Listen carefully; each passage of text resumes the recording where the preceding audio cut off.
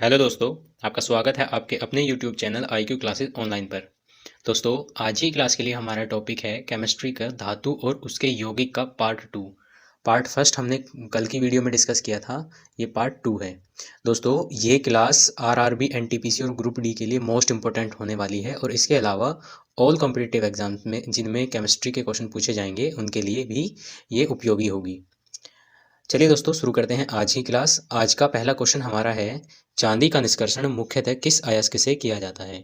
तो दोस्तों, चांदी के निष्कर्षण की बात करी गई है तो चांदी का मुख्य अयस्क जो होता है वो अर्जेंटाइट होता है। ठीक है दोस्तों, अर्जेंटाइट होता है और अर्जेंटाइट का जो फॉर्मूला होता है, रासायनिक सूत्र जो होता है वो AgS होता है। ठीक है दोस्तों, AgS।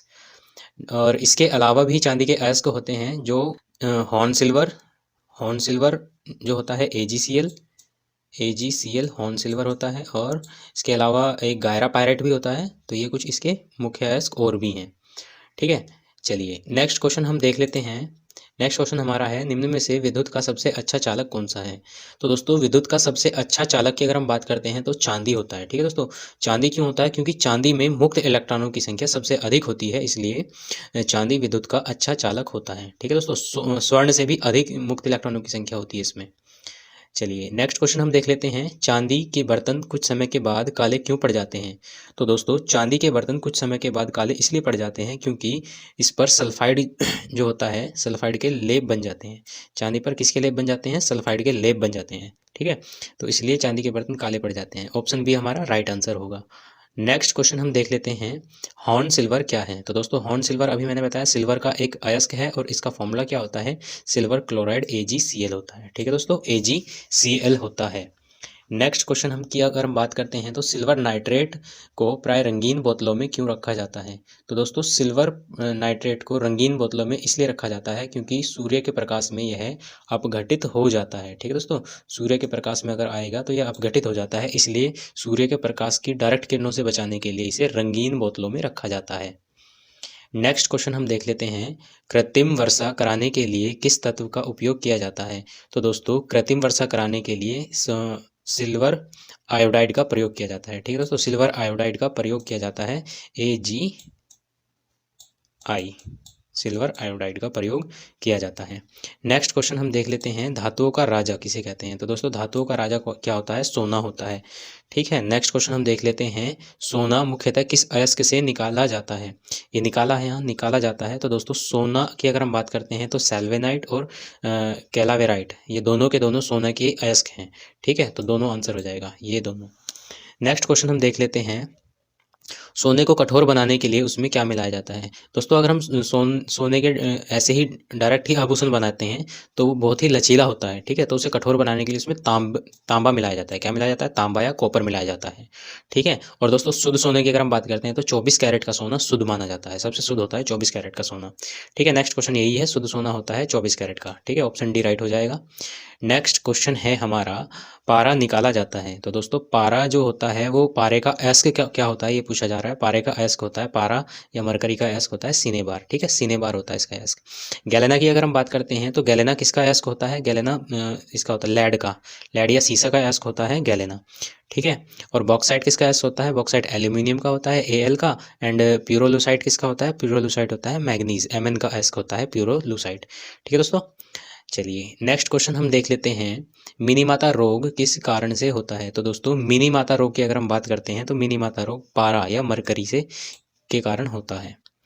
नेक्स्ट हम देख लेते हैं, क्विक सिल्वर, ये क्विक लिखा हुआ है, क्विक सिल्वर के नाम से किसे जाना जाता है। तो दोस्तों, क्विक सिल्वर के नाम से पारा को ही जाना जाता है। ठीक है, क्विक सिल्वर क्या होता है? पारा होता है। नेक्स्ट क्वेश्चन है, कौन सी धातु एक द्रव है। ठीक है, द्रव धातु की अगर हम बात करते हैं तो पारा या Hg। ठीक है, पारा का फॉर्मूला क्या होता है? Hg होता है, इसे मरकरी भी बोलते हैं, तो ये द्रव धातु होती है। ठीक है, नेक्स्ट क्वेश्चन हम देख लेते हैं, सामान्य ट्यूबलाइट्स में कौन सी गैस भरी रहती है। तो दोस्तों, सामान्य ट्यूबलाइट में आर्गन के साथ मरकरी के वेपर होते हैं। ठीक है दोस्तों, आर्गन के साथ क्या होते हैं? मरकरी के वेपर होते हैं। ऑप्शन सी हमारा राइट हो जाएगा।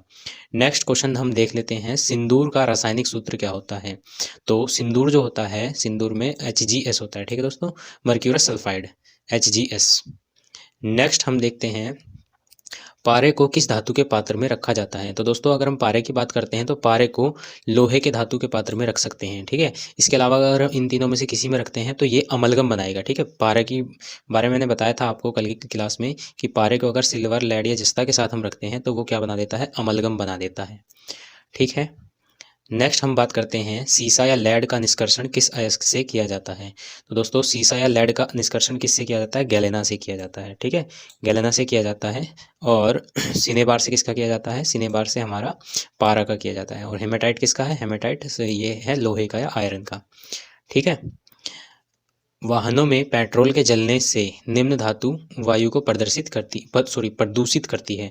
तो दोस्तों प्रदूषित कौन सी करती है? लेड होता है, ठीक है दोस्तों। लेड या सीसा ही होती है जो वाहनों में पेट्रोल के जलने से प्रदूषण फैलने का कारण होती है, ठीक है।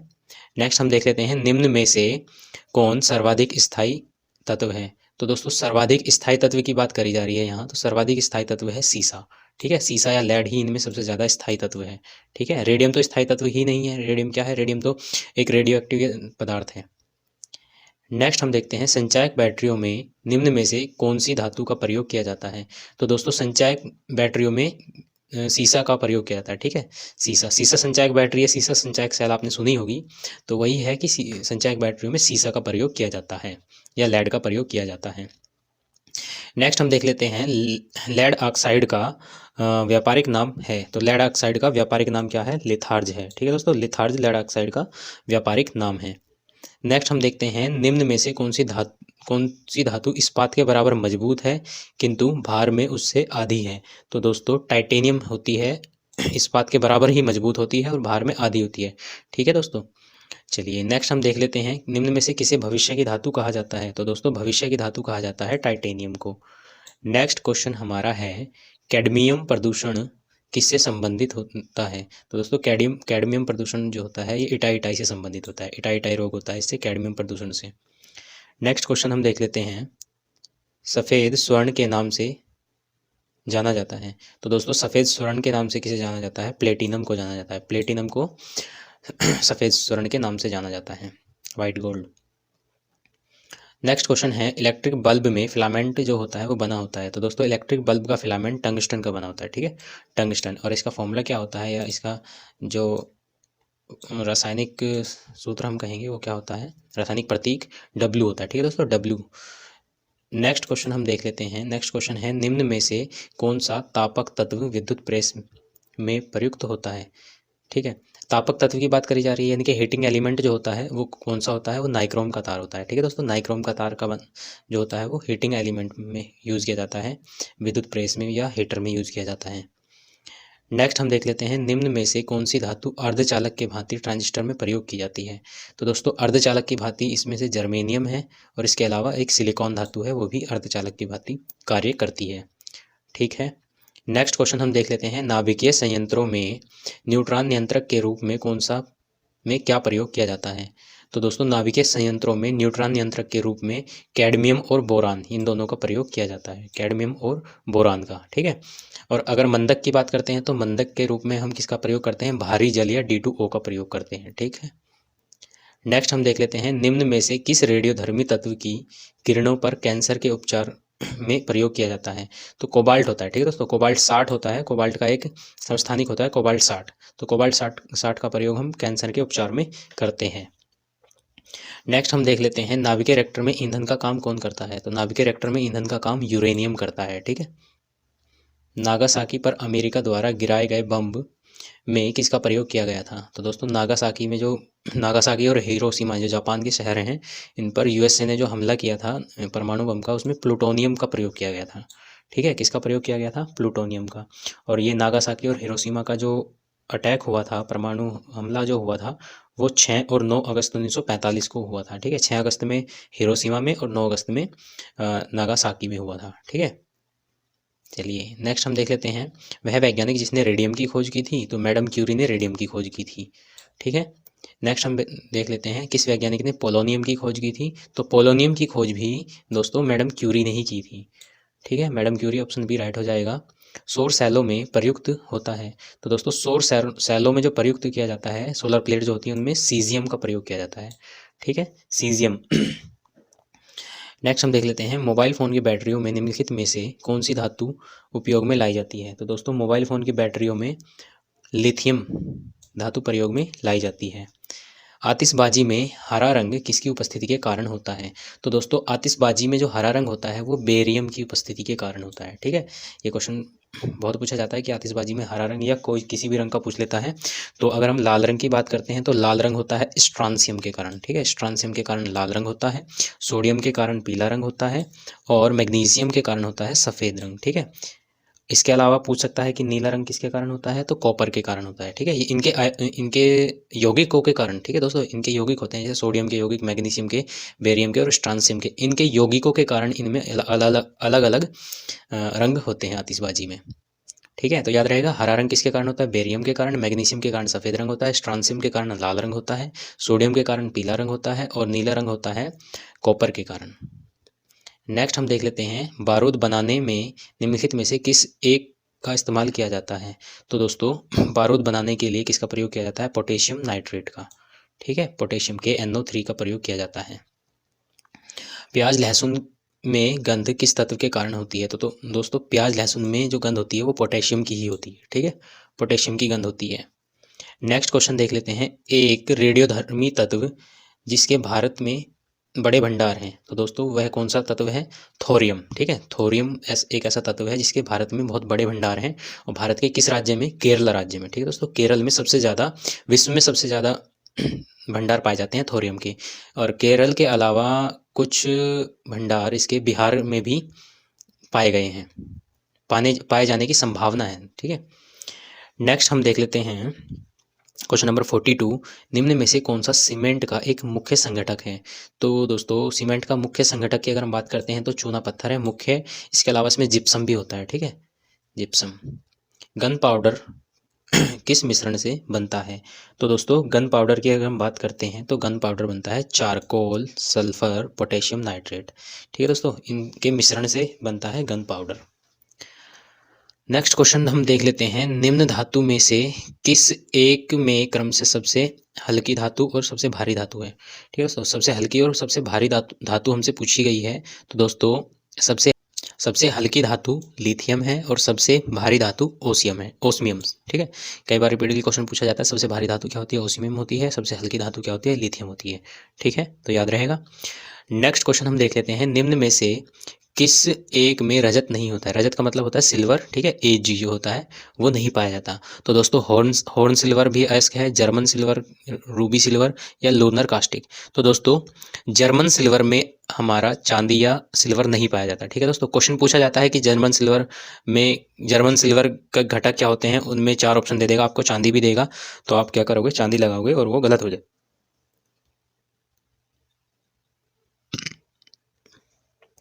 जाएगा। तो आपको क्या लगाना है, जर्मन सिल्वर में सिल्वर नहीं होता है। ठीक है, नेक्स्ट क्वेश्चन हम देख लेते हैं, जिंक सल्फेट आमतौर पर इस्तेमाल किया जाता है। तो दोस्तों जिंक सल्फेट की अगर हम बात करते हैं तो एक कवकनाशी के रूप में उपयोग किया जाता है। ठीक है, कृषि कार्यों में या खेतों में प्रयोग किया जाता है कवकनाशी के रूप में। नेक्स्ट हम देख लेते हैं, बर्तन में प्रयुक्त होने वाला जर्मन सिल्वर एक एलॉय है। ठीक है, जर्मन सिल्वर एक एलॉय है, तो इसमें कौन कौन से, मतलब एलॉय का मतलब होता है मिश्रण। ठीक है, तो कौन कौन से इसमें धातु होते हैं। तो दोस्तों इसमें होते हैं कॉपर, जिंक और निकेल। ठीक है, कॉपर, जिंक और निकेल होते हैं।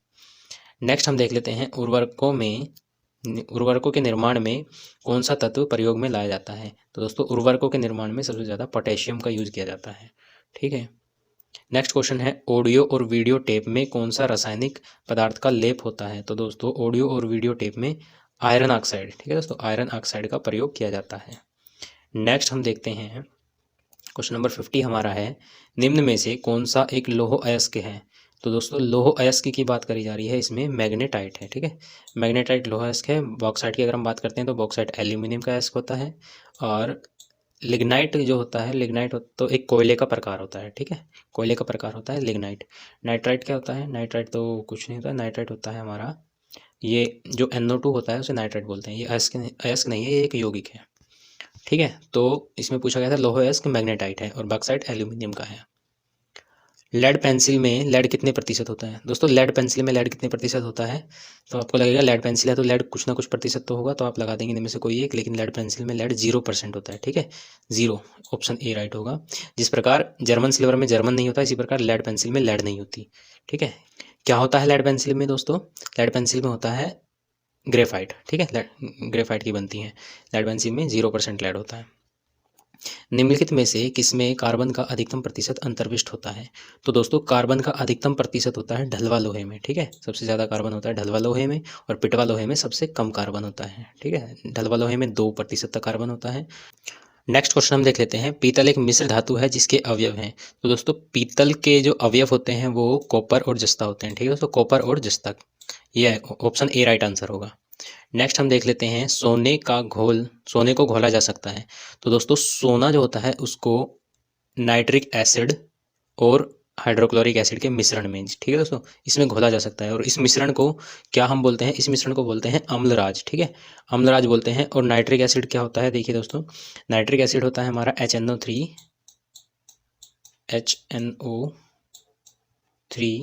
Plus hydrochloric acid HCl। ठीक है, 3 HCl होते हैं इसमें, तो ये बनता है अम्लराज।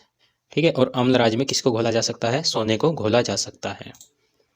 नेक्स्ट क्वेश्चन है, इलेक्ट्रॉनिक सर्किटों को जोड़ने के लिए प्रयुक्त किया जाने वाले टांके में होते हैं। तो दोस्तों टांका जो होता है वो जिसे शोल्डर भी बोलते हैं, तो शोल्डर में क्या क्या होता है दोस्तों? शोल्डर में होते हैं सीसा और टिन। ठीक है दोस्तों, क्या होते हैं? सीसा और टिन होता है। चलिए नेक्स्ट क्वेश्चन हम देख लेते हैं। धातुएं सुचालक होती हैं क्योंकि, देखिए दोस्तों धातुएं सुचालक इसलिए होती हैं क्योंकि उसमें मुक्त इलेक्ट्रॉन पाए जाते हैं। ठीक है, सबसे ज़्यादा मुक्त इलेक्ट्रॉन चांदी में पाए जाते हैं, तो इसलिए चांदी सबसे अच्छा हमारा सुचालक होता है। मुख शोधन और टूथपेस्ट में निम्न में से कौन सा यौगिक आमतौर पर प्रयोग किया जाता है? तो दोस्तों मुख शोधन में सुहागा, ठीक है, सुहागा प्रयोग किया जाता है। इसको बोरैक्स भी बोलते हैं। ठीक है, बोरैक्स या सुहागा। नेक्स्ट क्वेश्चन हम देख लेते हैं। निम्न में से कौन सा कमरे के तापमान पर द्रव्य है? तो दोस्तों कमरे के तापमान पर फ्रांसियम, फ्रांसियम जो होता है वो कमरे के तापमान पर द्रव होता है। नेक्स्ट हम देख लेते हैं, चुंबक बनाने के लिए किस मिश्र धातु का प्रयोग किया जाता है? दोस्तों चुंबक बनाने के लिए एल्कीनो का प्रयोग किया जाता है, एल्कीनो। नेक्स्ट हम देख लेते हैं, निम्न में से कौन सा क्लोरोफिल का घटक नहीं है? तो दोस्तों क्लोरोफिल में हाइड्रोजन, मैग्नीशियम और कार्बन तीनों होते हैं, कैल्शियम नहीं होता। ठीक है, तो क्लोरोफिल का घटक कौन सा नहीं होगा? इसमें कैल्शियम नहीं होगा। नेक्स्ट हम देख लेते हैं, कांच का गहरा रंग किसके कारण होता है? ठीक है दोस्तों, गहरा नीला रंग जो होता है वो किसके कारण होता है? कोबाल्ट ऑक्साइड के कारण होता है। ठीक है, और जो कांच होता है वो एक अतिशीतित द्रव होता है। ठीक है, नेक्स्ट क्वेश्चन है, यूरेनियम के रेडियो एक्टिव विद्युतन के फलस्वरूप अनंत क्या बनता है? तो दोस्तों जब यूरेनियम जब पूरा अपघटित हो जाता है तो उसके बाद सीसा बनता है। ठीक है दोस्तों, लेड बच जाता है। नेक्स्ट हम देख लेते हैं, कांच होता है। तो दोस्तों कांच क्या होता है? एक अतिशीतित द्रव होता है। ठीक है, अतिशीतित द्रव। चलिए दोस्तों, ये हमारा लास्ट क्वेश्चन था। और दोस्तों दोनों पार्ट को मिलाकर मैंने धातुओं से रिलेटेड आपको लगभग 120 क्वेश्चन करा दिए हैं जो मोस्ट इंपॉर्टेंट हैं आपके लिए। और दोस्तों ये क्लास आपको कैसी लगी कमेंट सेक्शन में ज़रूर बताएं। और दोस्तों लाइक शेयर एंड सब्सक्राइब करके चैनल को सपोर्ट करें। थैंक यू दोस्तों।